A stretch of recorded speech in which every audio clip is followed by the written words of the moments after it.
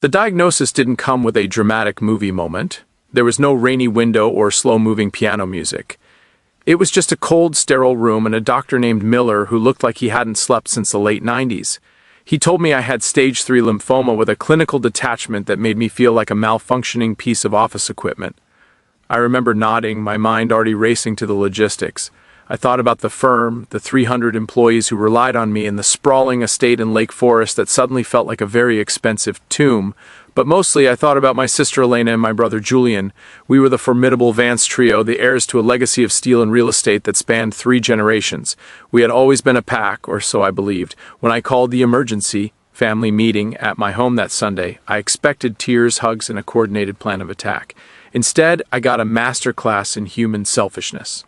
Elena arrived late, smelling of expensive perfume and looking at her watch every 5 minutes. Julian was worse. He spent the entire dinner complaining about a dip in the tech market while picking at the sea bass my chef had prepared. When I finally cleared my throat and told them the news, the silence wasn't filled with grief. It was filled with calculation. I watched Elena's eyes flicker toward the original Basquiat hanging in the foyer, then back to me. Julian's first words weren't, "Are you okay?" or "What can we do?" No, he leaned back, let out a long sigh, and asked if I had updated my medical power of attorney yet. He said it was for my own protection, but I could see the vultures circling before I was even a carcass. That was the night the ice water hit me. They didn't see a brother fighting for his life. They saw a portfolio that was about to become available. Where are you watching from today? Drop your location in the comments below and hit that like and subscribe button. Let me tell you how my own flesh and blood abandoned me when the world went dark, and how a girl who barely spoke English became the woman who inherited every single cent of the Vance empire. The treatment started on a Tuesday in November. I had told Elena and Julian the schedule, naively expecting one of them to drive me. I was weak, the kind of weak that makes your bones feel like they're made of wet paper. I waited in the foyer of my mansion, my coat on, watching the clock. At 8:15 a.m. I got a text from Julian saying his flight to Aspen had been moved up and he couldn't make it. At 8:30, Elena called to say she had a migraine from hell and couldn't bear the smell of a hospital. I sat there in the silence of a $30 million home and realized I was utterly alone. I ended up calling a private car service, but the driver was surly and the ride was bumpy. By the time I checked into the oncology ward, I felt like a ghost. This pattern continued for 3 months. My siblings would send the occasional "thinking of you" text, usually followed by a question about a family trust or a piece of property they wanted to borrow for a gala. They never showed up, not once. They didn't want to see the hair loss, the gray skin, or the way I clutched a vomit basin like it was a lifeline. They wanted the version of me that signed checks and hosted charity auctions. In late February, during my worst bout of chemo, I met Maya. She was the new night janitor at the clinic. She was small, with dark observant eyes and a way of moving that was almost silent. The first time she entered my room, I was in the middle of a panic attack, my lungs seizing as the chemicals burned through my veins. The nurses were busy with an emergency down the hall. Maya didn't call for help. She dropped her mop, walked over to my bed, and took my hand. She didn't say a word. She just held it, her grip firm and grounded, and breathed with me until the world stopped spinning. For the next month, she became my anchor. She was a refugee from a country I'd only seen in headlines, working 3 jobs to send money home to a grandmother she hadn't seen in 6 years. We talked in whispers during the quiet hours between midnight and 4 a.m. I told her about the steel mills and the boardrooms. She told her about the lemon trees in her village and the sound of the sea. She didn't know I was a Vance. To her, I was just the man in room 412 who liked orange jello and missed the sun. One night, Julian actually showed up. He didn't come to bring soup. He came with a notary. I was half conscious, the IV drip clicking rhythmically, when he leaned over me and whispered that there was a minor adjustment needed for the corporate bylaws to ensure stability while I was incapacitated. Maya was in the corner, emptying the trash. She watched Julian press a pen into my shaking hand. I looked at my brother, the man I had bailed out of 3 failed business ventures, and saw the coldness of a stranger. I pushed the pen away and told him to leave. He sneered, called me delusional and difficult, and walked out without looking back. Maya waited until the door clicked shut. She didn't ask what that was about. She just brought me a warm cloth, wiped the sweat from my forehead, and said, "Family is a choice, Mr. Arthur, not a blood type." That was the moment the seed was planted. I started thinking about the Vance legacy. My grandfather had built it with sweat and integrity, and my siblings were turning it into a playground for the entitled. I spent the next week in a fever of clarity. I called my lead counsel, Marcus, and told him I wanted a complete overhaul of my will. He thought I was the one who had gone crazy. Arthur, you're talking about disinheriting your only living relatives for a woman you've known for 8 weeks, he argued. I told him that in those 8 weeks that woman had shown me more humanity than my siblings had in 40 years. I told him to draw up the papers, every mill, every building, every painting, it was all going to Maya.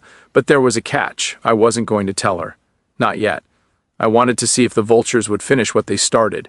The legal work was finished in secret, a silent revolution conducted over encrypted emails and hushed phone calls from my hospital bed. Marcus, my attorney, visited me under the guise of insurance paperwork, his face a mask of professional concern that barely hid his personal shock. He had served the Vance family for decades and knew the weight of what I was doing. When I signed the final page transferring the totality of my holdings into a discretionary trust for Maya's benefit, I felt a physical weight lift from my chest. It was a strange sensation. As my body grew weaker from the aggressive treatments, my spirit grew lighter.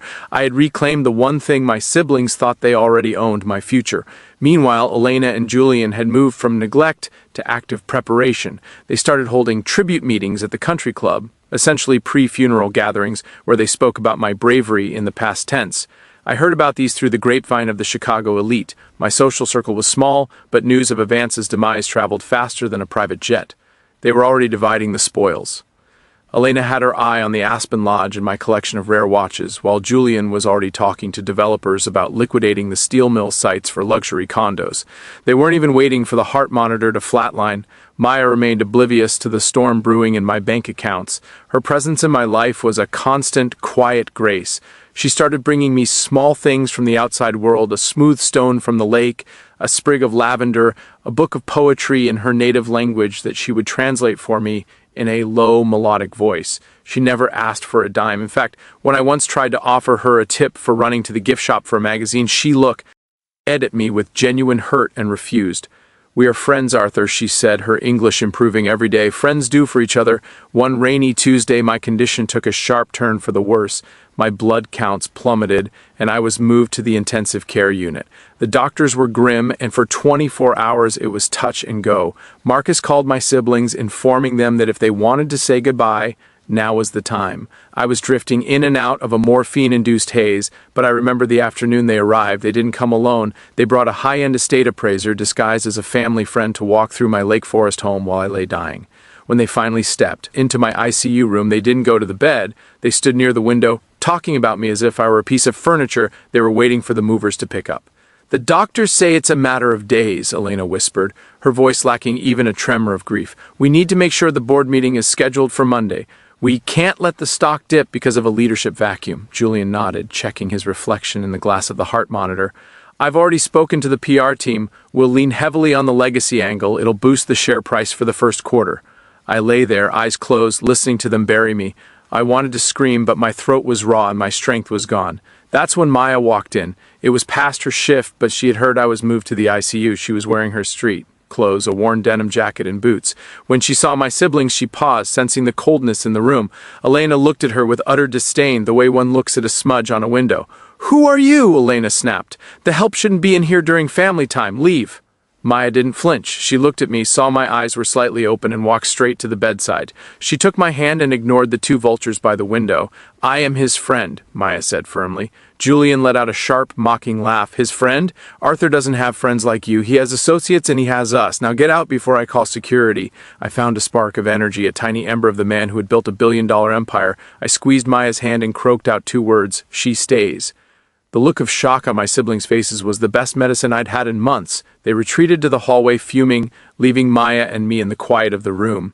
She didn't ask who they were, though she clearly suspected. She just pulled up a chair and stayed until the sun went down. Over the next week, a miracle happened. The new round of experimental immunotherapy began to work. My vitals stabilized, then improved. The matter of days turned into a matter of weeks, and then the impossible happened. I was moved back to a regular room. The doctors called it a 1 in 1,000 recovery. I called it a second chance to be the man my siblings feared I was. When I was finally discharged in late April, I didn't call Elaine or Julian. I had Marcus pick me up. As we drove away from the hospital, I looked at the gray towers and felt like a prisoner who had just hopped the fence. "They're waiting for you at the house, Arthur," Marcus said, his eyes on the rearview mirror. "They've already moved some of their things in. Elena's been staying in the guest wing, and Julian's been using your office as his personal headquarters." I smiled, a slow, cold smile that hadn't touched my lips since the diagnosis. Good, I said. I want them all in one place when the floor drops out. I spent the next 48 hours in a hotel, gathering my strength and finalizing the final piece of the puzzle.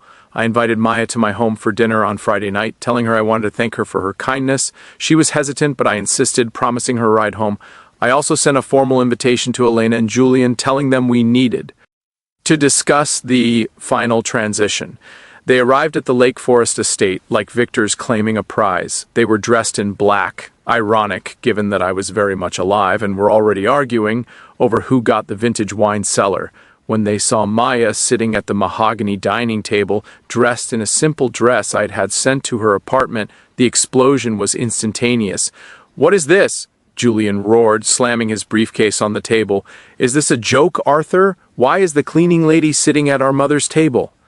I sipped a glass of water, watching them. "She's not the cleaning lady, Julian. She's my guest, and as of 5 o'clock today, she's also something else." I pulled a legal document from my jacket pocket and laid it on the lace tablecloth. "She's the new owner of this house, the firm, and every Vance asset currently in existence." The silence that followed was so thick it felt like the air had been sucked out of the room. Julian's face went from a flushed, angry red to a sickly, translucent white in a matter of seconds. Elena stood frozen, her hand still clutching a designer clutch as if it were a weapon she didn't know how to use. Maya, for her part, looked at me with wide, panicked eyes, her fork hovering over her plate. She didn't understand. She thought this was a simple dinner of gratitude, not a tectonic shift in the Chicago power structure. Julian was the first to find his voice, though it came out as a strangled rasp. "You're lying," he hissed, stepping toward the table. "This is some kind of sick, chemo-induced hallucination. You can't just give away a 100-year-old legacy to a stranger. It's not legally possible. We'll have you declared incompetent before the ink is dry on that paper." I didn't flinch. I had spent 20 years in boardrooms with men far more intimidating than my brother. "Marcus is in the library, Julian," I said calmly. "He's already filed the paperwork with the county and the SEC. The Vance Trust has been dissolved and reconstituted under Maya's name. I've retained a small annuity for my own living expenses, but the controlling interest, the real estate, the steel holdings, it's all hers, effective immediately." Elena finally moved, but it was to collapse into a chair, her bravado evaporating. "Arthur, how could you? We're your family, we're your blood, we were there for you." I laughed then, a sharp, dry sound that echoed off the high ceilings. "You were there, Elena? The only time you were there was when you were checking the pulse of my bank account. You didn't drive me to a single appointment. You didn't hold a basin while I was sick. You didn't even call to ask if I was still breathing unless you wanted to know about a trust amendment. Maya sat by my bed for 300 hours while you were in Aspen and Malibu. She gave me her time when she had nothing. You gave me your absence when you had everything." Julian snatched the document from the table, his eyes scanning the legalese with a desperate intensity. He was looking for a loophole, a flaw, a crack in the armor, but Marcus was the best for a reason. Every I was dotted with a diamond-tipped pen. "This is a joke," Julian muttered, his hands trembling so hard the paper rattled. "She doesn't even know how to run a company. She probably doesn't know what a dividend is. You're destroying the firm just to spite us." I leaned forward, the strength returning to my voice. "The firm is currently being run by a professional management team I hand-selected 5 years ago. Maya doesn't need to be a CEO on day one. She needs to be an owner with a heart, which is something this family hasn't seen in a long time. She'll have a board of advisors that answers to her, and more importantly, she'll have the power to fire anyone who treats her with the kind of disrespect you've shown me." Maya finally spoke, her voice small but clear. "Arthur, I cannot take this. This is too much. I was just helping a friend." I turned to her, my expression softening.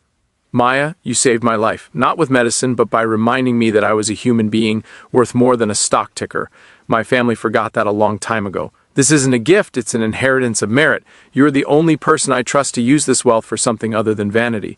The confrontation lasted for hours. Julian threatened lawsuits, shouting about undue influence and elderly abuse, despite the fact that I was only 48. Elena tried a different tactic, pivoting to tearful pleas about our childhood and the memory of our parents. She talked about the summer we spent in the south of France, the way our father wanted us to stay together. It was a masterful performance, but I had seen the mask slip too many times in the ICU. I knew the tears were for the lost jewelry and the lost status, not the lost brother. By midnight, I had Marcus escort them off the property. I had already had the locks changed while we were at dinner. Seeing their luggage being unceremoniously wheeled out of the guest wing by security was the most cathartic moment of my life. They stood on the gravel driveway, the rain beginning to fall again, looking back at the house that was no longer their sanctuary. They were no longer the Vance heirs. They were just two people with dwindling trust funds and a very expensive mountain of debt. The weeks that followed were a whirlwind. The news of the Vance handover hit the business journals like a bombshell. There were headlines about the Cinderella of Chicago and the madness of Arthur Vance. Julian and Elena did exactly what I expected. They went to the press. They did interviews on local news, painting me as a man lost to dementia and Maya as a predatory honey trap who had manipulated a dying man. They filed a massive civil suit to freeze the assets, but I was prepared. I released the security footage from the hospital, the clips of them standing by my bed talking about share prices while I was unconscious. I released the logs of my phone records, showing the hundreds of unanswered calls to their private lines. The public tide turned instantly. People didn't see a victimized family, they saw the vultures I had seen. Maya moved into the estate, but she refused to stay in the master suite. She chose a small, sunlit room in the east wing and spent her days studying with the tutors and financial advisors I hired for her. She was a natural. She had the work ethic of someone who had survived a war, and she treated the staff with a dignity they had never experienced under Elena's reign. But the battle was far from over. Julian, desperate and running out of money to pay his legal team, decided to take a much darker path. He knew that if he couldn't win in court, he had to win through intimidation. He began showing up at Maya's English classes, following her car, and sending anonymous threats to the firm. He was a man who had never been told no, and the rejection was curdling into something dangerous. He didn't just want the money back, he wanted Maya gone. He believed that if she were out of the picture, the estate would naturally revert to him as the next of kin. He didn't realize that I had already placed the entire estate into a secondary, ironclad shell that would donate every cent to charity if anything happened to her. He was playing a game he had already lost, but he was too arrogant to see the tension in the mansion reached a boiling point as the summer heat settled over Chicago. Maya, despite her new status, still woke up at 5 a.m. every morning, a habit born from years of survival. She would sit in the garden with a stack of financial textbooks and a legal dictionary, her brow furrowed in concentration. She wasn't trying to become a titan of industry overnight. She was trying to honor the trust I had placed in her. I watched her from the balcony, my health continuing to improve, fueled by a sense of purpose I hadn't felt in decades.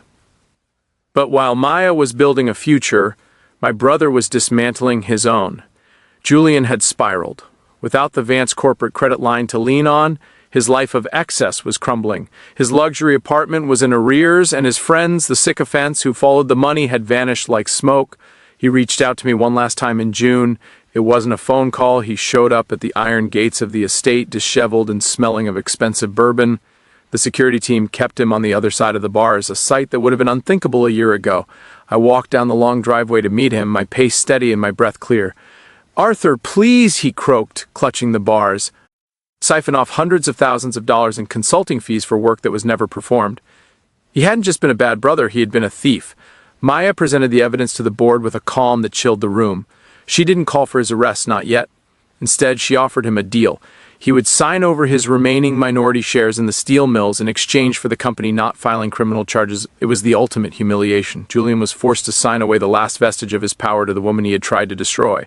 I watched the signing via a video link. When he pushed the pen across the desk, he didn't even look at her. He couldn't. He was a shell of a man, stripped of his title, his wealth, and his dignity. Elena, seeing the writing on the wall, fled to Europe with what remained of her jewelry, hoping to find a wealthy suitor before the Vance name became a liability in the social circle she craved.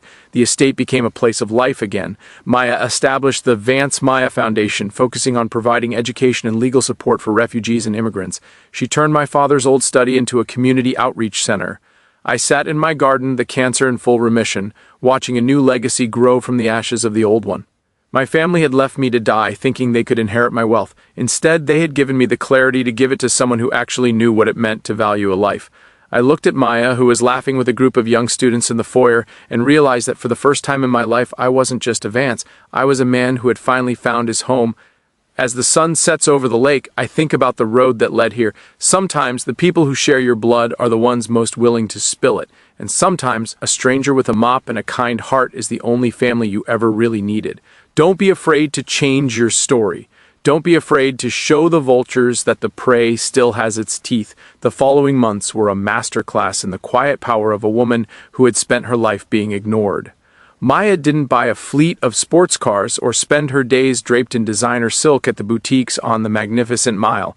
Instead, she invested in the people the Vance empire had overlooked for decades. She walked the factory floors of the steel mills not as a tourist, but as a woman who wanted to know the names of the men on the night shift. She learned about their families, their pension concerns, and the safety gaps that Julian had ignored to save a few pennies on the bottom line. The workers, initially skeptical of this young woman who looked more like their daughters than their boss, quickly realized she was the real deal. When she authorized a $5 million upgrade to the filtration systems and increased the corporate healthcare contribution, the loyalty she secured was worth more than any stock price.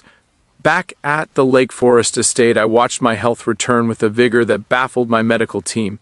It was as if my body had decided that it couldn't leave this world until the new order was firmly established. I spent my mornings teaching Maya the nuances of the real estate market, showing her how to spot the difference between a solid investment and a shiny trap. She was a sponge, her mind sharp and devoid of the ego that had blinded my siblings. But as we built this new world, the old one refused to fade quietly. The vultures were starving, and a starving predator is the most dangerous kind.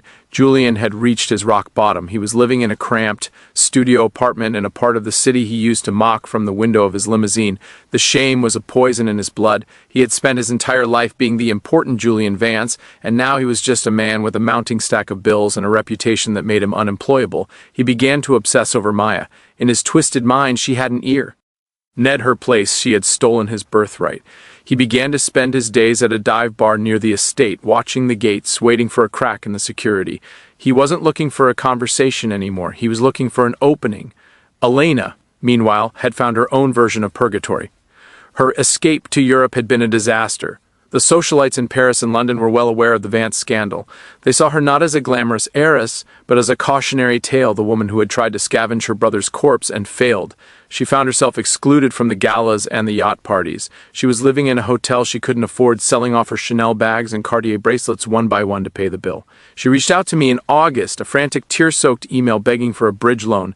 She promised she had changed, that she finally understood the value of family. I didn't even reply. I deleted the email and went back to my book. The bridge hadn't just been burned. I had dismantled the foundations and let the current take the rest. The climax of the summer came on the night of the foundation's inaugural gala. It was a high-stakes event designed to introduce Maya's new charitable vision to Chicago's elite. The mansion was transformed with white roses and soft amber lighting. The city's power players were all there, their curiosity getting the better of their judgment. They wanted to see the janitor queen. Maya looked breathtaking in a simple, elegant navy gown. She stood at the podium with a poise that made my heart swell. She spoke about her journey, about the weight of responsibility, and about the man who had seen her soul when she was just a shadow in a hospital hallway. She didn't mention Julian or Elena by name, but everyone in the room felt the ghost of their presence. As the applause died down and the guests moved toward the gardens, Julian made his move. He had bribed a temporary catering waiter to let him in through the service entrance. He wasn't dressed for a gala. He was wearing a dirty trench coat, his eyes wild and bloodshot. He burst into the ballroom just as Maya was stepping down from the stage. The music faltered, the clinking of glasses stopped.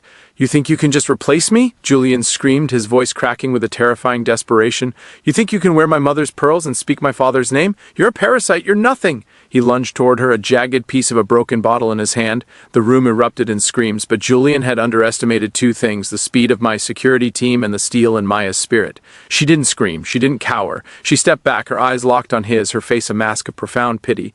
Before he could reach her, my head of security, a former ranger named Silas, tackled him to the floor. The bottle shattered against the marble, a sound like a gunshot in the silent room.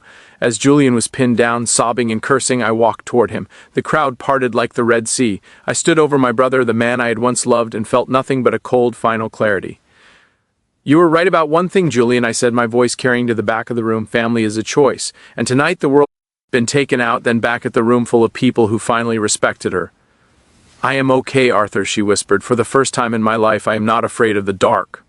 The aftermath of the gala felt like the first deep breath a man takes after being underwater for a lifetime. The legal ramifications for Julian were swift and devastating. With the physical assault witnessed by nearly 200 of the most influential people in Illinois, there was no hiding behind the Vance name anymore. The police didn't just book him for the attack, they opened the floodgates. Once the embezzlement evidence Maya had gathered was officially handed over to the state's attorney, Julian's world became a series of gray rooms and orange jumpsuits. He was held without bail, a flight risk with nothing left to lose. I remember sitting in Marcus's office looking at the mugshot on the front page of the paper. Julian looked haunted, a man who had finally realized that the gold leaf on his life had been scraped away to reveal a very hollow core. Elena, hearing of Julian's arrest from her shrinking hotel room in Nice, finally realized that the game was over.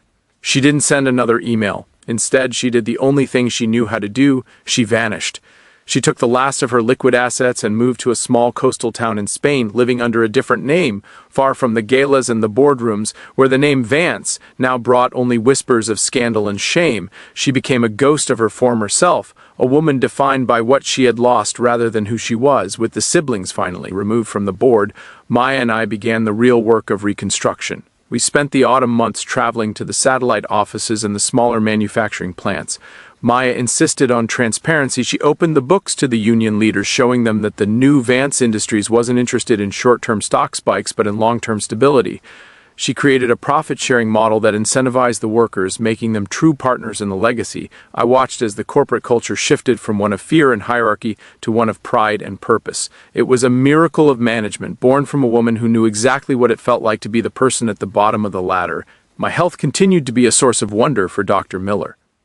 "It's as if your cells decided they had a mission, Arthur," he told me during a checkup in October. The lymphoma was in deep remission, the scans clear and bright. I felt a vitality I hadn't known even before the diagnosis. I began to realize that my illness hadn't been an ending, it had been a filter. It had filtered out the toxic, the fake, and the greedy, leaving behind the only thing that actually mattered: genuine connection. I spent my afternoons in the mansion's library, which had been converted into a study hall for the Foundation's scholarship recipients. Watching these young people, many of them the first in their families to go to college, sitting under the portraits of my stern ancestors, felt like the ultimate act of poetic justice. Maya, however, never lost her humility. One evening, after a particularly grueling board meeting where she had successfully negotiated a green energy transition for our shipping fleet, I found her in the kitchen. She wasn't calling for the chef, she was making a simple stew, the smell of garlic and paprika filling the air. "I don't want to forget the smell of my home, Arthur," she said, stirring the pot with a wooden spoon. "In the boardroom, everyone talks about assets and leverage. Here, in the heat of the stove, I remember that life is just about making sure people are fed and safe." I sat at the kitchen island watching her. "You've done more in 6 months than I did in 20 years, Maya. My father would have hated your politics, but he would have respected your spine." She laughed, a warm, genuine sound. "I think your father would have been surprised that his grandson didn't inherit the steel, but a girl from the mountains inherited the heart."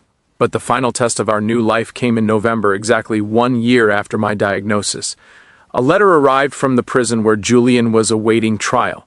It was addressed to me, written in his familiar, arrogant scrawl. He wasn't asking for forgiveness, he was asking for a payoff. He claimed he had information about our father's old business dealings that would destroy the Vance reputation if I didn't fund his legal defense. It was a classic Julian move, a desperate attempt at blackmail from a man with no cards left to play. I took the letter to the fireplace in the library. I didn't even show it to Maya. I knew exactly what information he was talking about, a minor tax discrepancy from 30 years ago that had already been resolved and settled by our father's attorneys. Julian was grasping at shadows, trying to use fear to regain control. I watched the paper curl and blacken in the flames. The Vance reputation wasn't built on secret ledgers anymore. It was being built every day by the woman in the East Wing, by the families in the steel mills, and by the students in the foyer. Julian was a relic of a dead era, and I was finally done being his keeper. As the first snow of the season began to fall over Lake Michigan, I stood on the terrace with Maya. The estate was quiet, the lights of Chicago twinkling in the distance. A year ago, I thought I was saying goodbye to everything, I told her, the cold air crisp in my lungs. I thought I was leaving a world that was cold and empty. Now I feel like I'm finally seeing it for the first time. Maya leaned against the stone balustrade, looking out at the dark water. "You didn't lose your world, Arthur. You just opened the door and let the right people in." She turned to me, her eyes reflecting the soft light of the house. "Next week, the first refugee center in the city opens its doors. We named it the Robert Vance Center. Your father's legacy isn't steel anymore, it's shelter." I smiled, a deep, contented feeling settling in my bones. My family had left me to die, thinking they were the heirs to a fortune. They never realized that the real fortune wasn't the money they coveted, but the capacity to change a life. I had survived the cancer, I had survived the betrayal, and I had found a daughter of the spirit where my blood had failed me. The vultures had moved on to easier prey, and the phoenix was finally flying. The transition from the old regime to the new world Maya was building didn't happen in a vacuum. The shockwaves of Julian's arrest and my sudden recovery continued to ripple through the upper echelons of Chicago society. For decades, the Vance family had been a pillar of the status quo, predictable, wealthy, and insulated. Now, we were the subject of every dinner party debate. Some called me a visionary, others whispered that I had been colonized by a girl who didn't understand the rules of the game. But as the winter deepened, the results began to speak louder than the gossip. Our stock price, which Julian had predicted would crater under Maya's leadership, actually began to climb. Investors weren't just buying into steel and real estate anymore, they were buying into a company that had suddenly found its soul. Maya handled the pressure with a grace that bordered on the supernatural. She spent her days in the city, working from the central office, but she never lost the habits that had defined her when she was just a ghost in the hospital hallways. She still carried her own coffee, she still knew the names of the security guards' children, and she still insisted on reviewing every charitable grant personally. She wasn't a figurehead, she was the heartbeat of the operation. I stayed primarily at the estate, acting as her advisor and the elder statesman of the new Vance era. My role had shifted from the man who did the work to the man who ensured the WUMA. Doing the work had everything she needed to succeed. In December, the legal proceedings against Julian reached a grim milestone. His defense team, sensing that their client was a lost cause, attempted to plea bargain. They offered a full confession in exchange for a reduced sentence in a minimum security facility. The state's attorney came to me with the offer, knowing that as the primary victim of the identity theft and the corporate embezzlement, my input carried significant weight. I sat in my study, the same room where Julian had tried to force me to sign away my power months earlier, and looked at the proposal. "What does Maya think?" I asked Marcus. "She says the decision is yours, Arthur," Marcus replied, his voice neutral. "But she did mention that justice shouldn't be a transaction. She believes that if he admits to the crimes, he should face the statutory penalty regardless of his name." I nodded. Maya was right. For Julian's entire life, everything had been a transaction. He believed that even his sins could be bought or negotiated. If I accepted the plea deal, I would be participating in the very system that had made him the monster he was. I told Marcus to reject the deal. I wanted a full trial.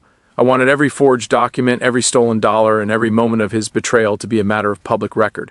I wasn't doing it out of spite. I was doing it because the Vance name needed to be purged of the rot before it could truly be clean. The news of the rejected plea hit Julian hard. I heard through the legal grapevine that he had a breakdown in his cell, screaming about how I was murdering him.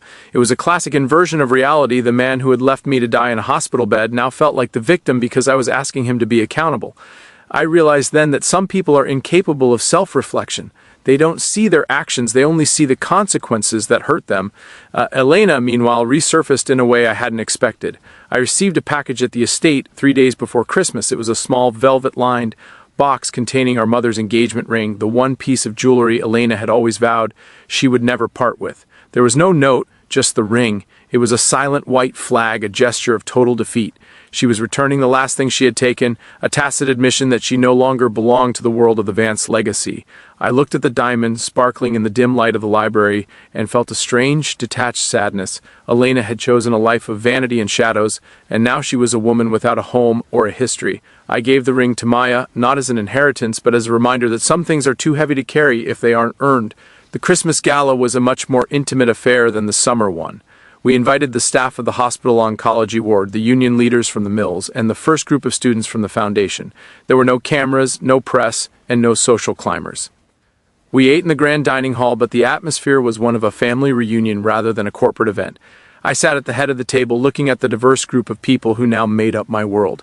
There was Dr. Miller laughing with a steelworker about a football game. There was Maya sitting between two scholarship students, helping them navigate the complicated array of silverware with a wink and a smile. As the night wound down, Maya and I walked out to the conservatory. The glass walls were frosted with snow, and the moon was a bright silver coin in the sky. "A year ago today," I said, "I was alone in a room, wondering if I'd even see the morning. I thought the legacy was over." Maya looked at the rows of green plants thriving in the warmth of the glass.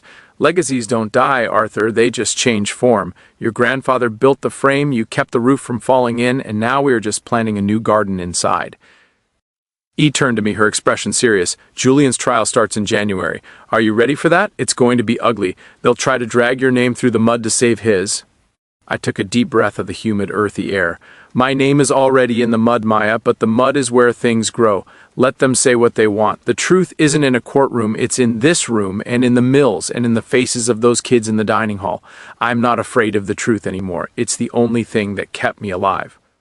As we walked back into the house, I realized that I was no longer the man I had been. The cancer had taken my hair, my strength, and my old life, but it had given me something far more valuable, the ability to see through the illusions. My family had left me alone during the darkest time of my life, thinking they were stealing my future. Instead, they had cleared the path for a stranger to become the daughter I never had, and for a dying man to finally learn how to live. The snow continued to fall, a white blanket over the city of Chicago. Somewhere in a cold cell, my brother was waiting for a judgment he couldn't escape. Somewhere in a quiet town in Spain, my sister was hiding from a life she couldn't reclaim. And here, in the heart of the Vance estate, the lights were on, the heat was high, and the air was finally home. January arrived with a biting wind that whipped across Lake Michigan, turning the city into a fortress of ice and steel. It was the month of the trial, the moment the public scandal would finally be codified into legal reality. The courtroom was packed every morning with journalists, former business associates, and the curious public, all eager to see the fall of a dynasty. Julian appeared in court looking like a ghost of the man he once was. The custom-tailored suits had been replaced by a cheap, off-the-rack gray ensemble that hung loosely on his frame. He refused to look at me, keeping his gaze fixed on the mahogany table in front of him. The prosecution's case was surgical. Marcus had spent months organizing the digital trail Julian had left behind, the forged signatures, the shell companies, and the panicked emails he sent to bank managers when he realized the Arthur Vance he was impersonating was actually getting better. But the most damning evidence wasn't the numbers, it was the humanity. One by one, the people Julian had discarded or stepped over to maintain his lifestyle took the stand. The former assistant he had fired for knowing too much, the junior accountant who had been threatened when he raised questions about the consulting fees, and finally the notary who confessed that Julian had pressured her to sign documents while I was semi-conscious in the ICU. The defense tried to stick to the narrative of a grieving brother who was simply trying to protect the family assets from a predatory outsider. They painted me as a man whose brain had been addled by chemotherapy, a victim of a foreign girl who had whispered into my ear until I gave her the keys to the kingdom. But then Maya took the stand. The room went silent when she walked to the witness box. She didn't look like a predator. She looked like exactly what she was, a woman who had worked for every cent she had and who had seen the worst of humanity and survived it. She spoke with a quiet, devastating clarity. She didn't talk about the money or the estate. She talked about the man in room 412 who was so afraid of being alone that he would keep the TV on all night just to hear a human voice. She talked about the way Julian had walked into that room with a pen and a paper, not a flower or a word of comfort. I did not want his money, Maya said, her eyes meeting those of the jurors. I wanted him to breathe. I wanted him to know that even if his family had forgotten him, God had not. If Mr. Vance had stayed sick, I would still be there, emptying the trash and holding his hand. The money is a responsibility I do not ask for, but it is one I will not let a man like Julian Vance destroy. When she stepped down, the trial was effectively over. The jury didn't even need a full day to deliberate. Julian was found guilty on all counts: grand larceny, identity theft, and corporate fraud. The judge, a stern woman who had clearly seen enough of the city's entitled elite, sentenced him to the upper end of the guidelines: 10 years in a state penitentiary. As the bailiffs let him out, Julian finally looked at me. His eyes weren't filled with remorse, they were filled with a pure, unadulterated hatred. He still didn't get it. He still thought I was the villain for not letting him rob me blind. With the trial behind us, the final piece of the old Vance world was gone. I felt a strange sense of mourning, not for Julian, but for the family I thought I had. It is a lonely thing to realize that the people you grew up with are characters you invented in your own mind. But that loneliness was tempered by the vibrant life Maya was bringing into the mansion. The Robert Vance Center had its official opening in February, and the first group of families moved into the transitional housing we had built on the outskirts of the city. Maya became a fixture in the local news, but for all the right reasons. She was the CEO with a heart, the woman who had turned a steel empire into a social engine. She never lost her edge, though. She was a formidable negotiator, often leaving seasoned businessmen speechless when she refused to sacrifice safety or environmental standards for a better quarterly report. She was living proof that you don't have to be a shark to survive in deep water. You just have to be the one who knows where the shore is. In March, I received a letter from Spain. It was from a small hospital in a village near Malaga. Elena had been admitted after a collapse in a local market. She had no money, no insurance, and the only contact information they could find in her belongings was a tattered business card for the Vance estate. She was suffering from severe malnutrition and a breakdown. The irony was almost too much to bear. The woman who had obsessed over status was now a charity case in a country where no one knew her name.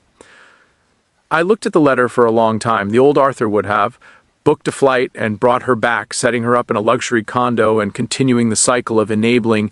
But the new Arthur knew that Elena had to find her own way back to the light, just as I had.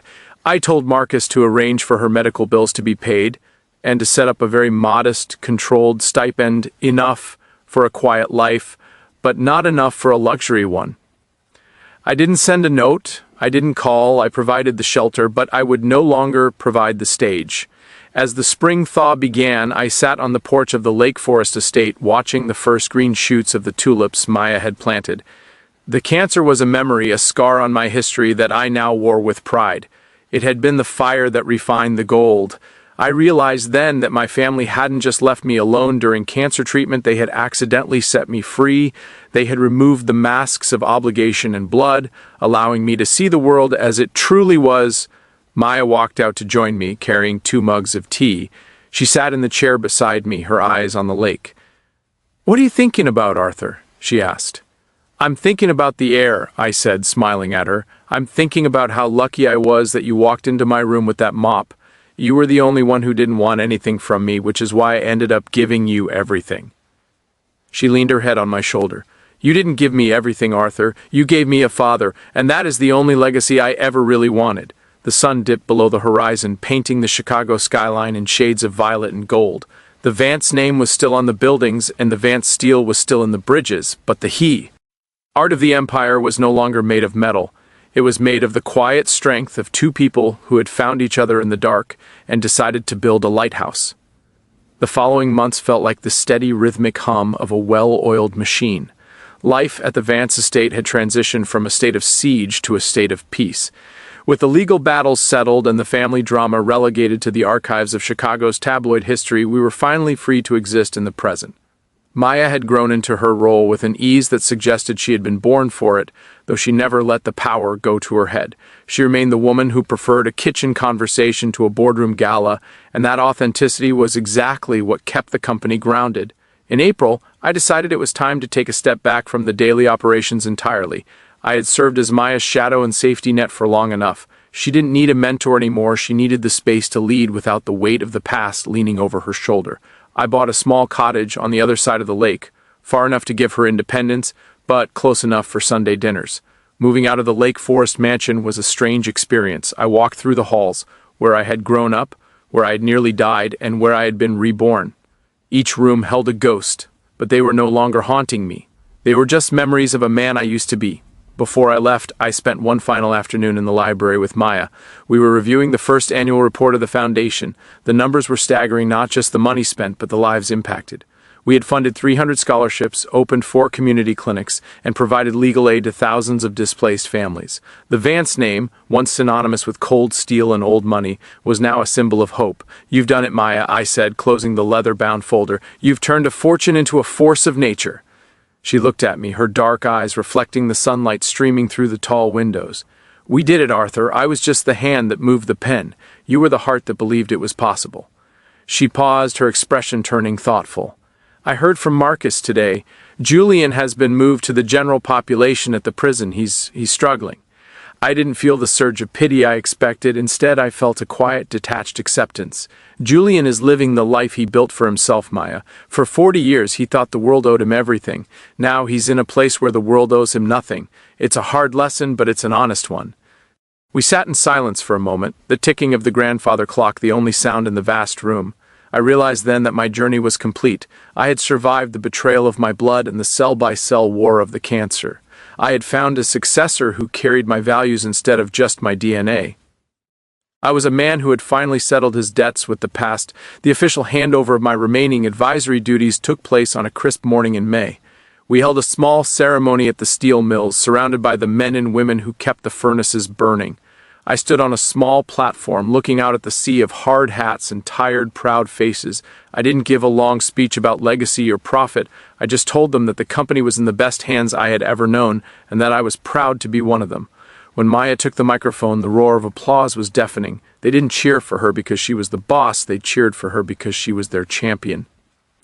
I spent my first few weeks at the cottage in a state of quiet reflection. I gardened, I read the books I had ignored for decades, and I walked along the shore of the lake. The solitude wasn't lonely, it was restorative. I began to write my memoirs, not for publication, but for the Foundation's archives. I wanted the future scholarship recipients to know that the wealth supporting them hadn't come from a vacuum. I wanted them to know about the janitor who held a dying man's hand and the brother who chose a stranger over his own flesh. Maya visited me every Sunday, bringing a basket of food and stories from the city. She told me about the new green energy initiative, the challenges of the fluctuating market, and the small victories of the students we were sponsoring. She was happy, truly happy, and that was the greatest gift I could have received. She had found her place in the world, and in doing so, she had fixed mine. One Sunday, she arrived with a small framed photograph. It was a picture of the oncology ward at the clinic where we had met. It had been completely renovated and renamed the Arthur Vance Recovery Wing. It was a state-of-the-art facility designed not just for treatment but for comfort and connection. There were comfortable chairs for the nurses, quiet corners for the families, and a garden where the patients could see the sun. "I wanted to make sure no one else felt as alone as you did, Arthur," Maya said, her voice soft. "Every patient there has a volunteer assigned to them just to talk, just to hold their hand. We called it the Maya Protocol." I felt tears prick my eyes. It was the perfect tribute. It was the closing of a circle that had started with a terrifying diagnosis and a cold, empty room. "Thank you, Maya," I whispered. "That's better than any skyscraper." As the summer began to bloom, I felt a profound sense of gratitude for the life I had lived. Even the cancer, even the betrayal, it was all part of the architecture of who I had become. My family had left me alone during my darkest hour, thinking they were finishing me off. They didn't realize that in the dark, the light shines the brightest. They didn't realize that by abandoning me, they were giving me the chance to find the only thing that truly lasts, a legacy built on love rather than greed. I looked out at the water, the blue expanse stretching to the horizon. Somewhere out there, the world was still turning, full of its own dramas and tragedies. But here, on the shore of my new life, it was quiet. The air was in her place, the company was in its soul, and the man who had survived it all was finally, truly, at rest. I picked up my garden shears and headed out to the roses. There was still work to do, but for the first time in my life it was work that I chose. The following months in the cottage brought a different kind of wealth, the wealth of time. For a man who had spent 40 years measuring his worth by the second, the slow pace of a lakeside summer was the ultimate luxury. I watched the seasons shift with an intensity I'd never known. In the city, a thunderstorm was a logistical nuisance for the construction crews. Here, it was a dramatic symphony of light and power that made me feel small in the best way possible. I spent my days finishing my memoirs, documenting the transition of the Vance Empire from a cold hierarchy to a living, breathing community. I wanted the history books to show that a billion-dollar machine could be dismantled and rebuilt with a human heart at its center. Maya's visits remained the highlight of my week. She had become a titan in her own right, but she still arrived at my door with the same humble spirit I had met in room 412. She told me about the challenges of the global market, how she had stared down a predatory hedge fund that tried to hostilely take over one of our subsidiaries. She hadn't used the old Vance tactics of intimidation and legal warfare. She had used transparency. She went to the subsidiary's employees and the local community, showing them exactly what the hedge fund planned to do: liquidate assets and fire the workforce.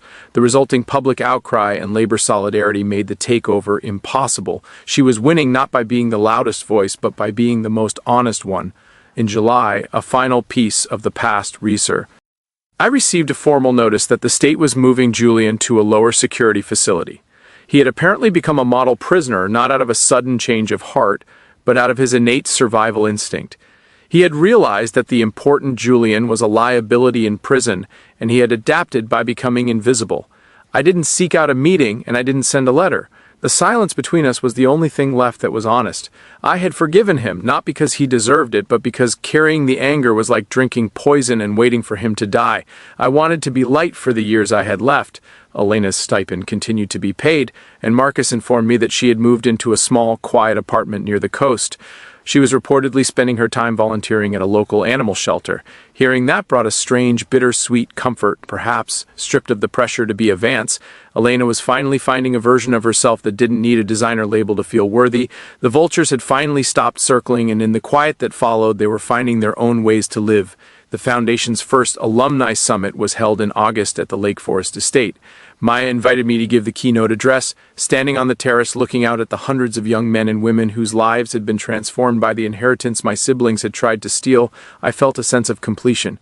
These were the true heirs, not the people who shared my blood, but the people who shared the opportunity. I told them the story of the cancer, the betrayal, and the janitor. I told them that the greatest power they would ever possess wasn't the degrees they had earned or the money they would make, but the ability to see the person in the hallway who everyone else ignores. When Maya took the stage after me, the atmosphere was electric. She had become a symbol of what was possible when the walls of privilege were torn down. She didn't talk about herself, she talked about the future. She spoke of a world where business was a tool for upliftment rather than extraction.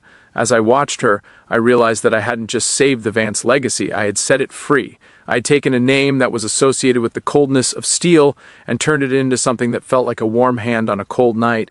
As the leaves began to turn gold in September, I sat on my porch, the memoirs finally finished and bound. I had titled them The Choice, because in the end that's all life is, a series of choices about who we value and how we show it. My family had made their choice in a hospital room, and I had made mine in the aftermath. The cancer had been the catalyst, but the heart had been the architect. I felt a profound sense of peace, the kind that only comes when you know you've left the world a little better than you found it.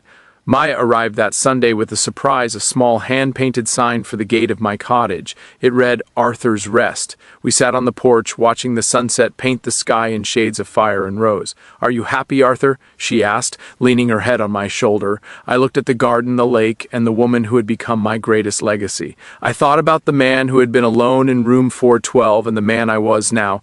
I am more than happy, Maya, I whispered. I am home. The story of the Vance family is a story of many things: wealth, power, betrayal, and sickness, but mostly it is a story about the stranger who becomes your family when your family becomes strangers. It is about the fact that love is a stronger currency than gold, and that the only legacy worth leaving is one that helps someone else breathe a little easier. My family left me alone during cancer treatment, and in doing so, they gave me the greatest gift of all, the chance to find the person who would truly carry my name into the future. The following weeks were characterized by a stillness that felt almost sacred. I had spent so much of my existence fighting for market share, fighting for my life, and finally fighting for the truth. Now, for the first time, there was no enemy left to defeat. I found myself spending long hours in the small orchard I had planted behind the cottage. There is something profoundly humbling about pruning a tree that you know will outlive you. It forces you to think in decades rather than fiscal quarters. I realized that my siblings had never understood this. They lived in the now and the immediate gratification of a purchase or a headline. They didn't understand that a true legacy is something you plant for people you will never meet to enjoy. Maya called me midweek, her voice bubbling over with excitement. She had just finalized a deal to convert our oldest, most polluting steel plant into a state-of-the-art recycling and clean tech hub. It was a massive financial risk, but she had secured the backing of 3 major environmental funds. Arthur, the town is celebrating, she said. The workers aren't losing their jobs, they're being retrained for the future. We're calling it the Vance Green Initiative. I sat on my porch listening to the pride in her voice and felt a deep, resonant satisfaction. My siblings would have shuttered that plant and sold B. That's the only repayment I ever want. As they drove away, I felt a lightness that was almost dizzying. I had given it all away, and in doing so, I had kept everything that mattered. I sat in my rocking chair as the stars began to poke through the evening sky.